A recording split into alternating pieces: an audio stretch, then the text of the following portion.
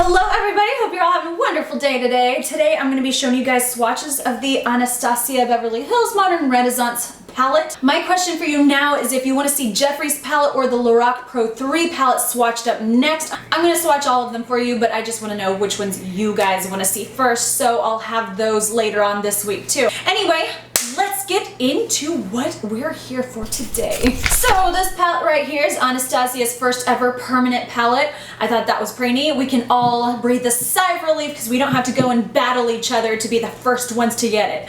Yay! It is $42 and it has 14 shades in it. 11 of them are matte and only 3 are metallic. So I thought that was kind of interesting. Mostly matte palette here. As you can see, the 14 shades are neutrals and berry tones. And this palette is obviously a warm, very warm palette, which I love. I'm not a big fan of cool palettes. If you're not a big fan of warm shades, then Ravenna, Anastasia's daughter, said that if this one does well, that they'll probably be coming out with a cool palette in the future. So yay! Hooray for everybody. The 3 metallic shades that I was talking about are these ones right here. There is Primavera, there is Vermeer, and then there is also Antique Bronze. All the rest of these babies are mattes. There goes the brush. The palette also does come with this dual-ended brush. Not the biggest fan of these ones, so I'm probably just gonna set that one aside forever. The packaging is a bit different than we're used to with Anastasia's palettes. It's that fuzzy material like you can find on the Naked One palette. So it's nice and fuzzy and soft. And then on the sides here, it does have its usual cardboard. The one thing that I don't like about this fuzzy palette is that if you have shadows on your hands and you touch that, it's gonna stick there for the rest of its life. So yeah, it's gonna get dirty real easily, especially since it's kind of a lighter color. But you open it up and on the top here we have a mirror like we usually do, and then on the bottom we have our beautiful shades. I'm really liking the colors in this palette, guys. I like them so much. So after playing around with this palette for a bit, guys, I am so happy with it. Out of all of these shades, not one of them is a dud. Not one of them is a failure. They all work. They work. Isn't that great? As you'll see in the swatches, there's not really like any patchiness going on. There's not super dryness going on with the matte shades. With mattes, it's very easy for them to turn out looking all patchy and just like dry, you know what I mean? But these ones aren't that way. These shades are really buttery and soft. The mattes in these I like better than mattes in Anastasia's previous palettes. Like guys, these ones all work great. They blended out easily. They applied well, they're pigmented. I just really don't have anything negative to say about this. Oh, actually, there was some fallout, so I guess there is a bit of a negative. I was caught up in all the happiness of this palette that I almost forgot. Yeah, there is a little bit of fallout. It's nothing terrible, it's nothing outrageous, but I did notice that there was some there. I would recommend doing foundation last, because if not, you're gonna have berry tones and stuff just dripping down your face, and we don't want that. Or maybe you do. If you do, then that's fine, but I don't.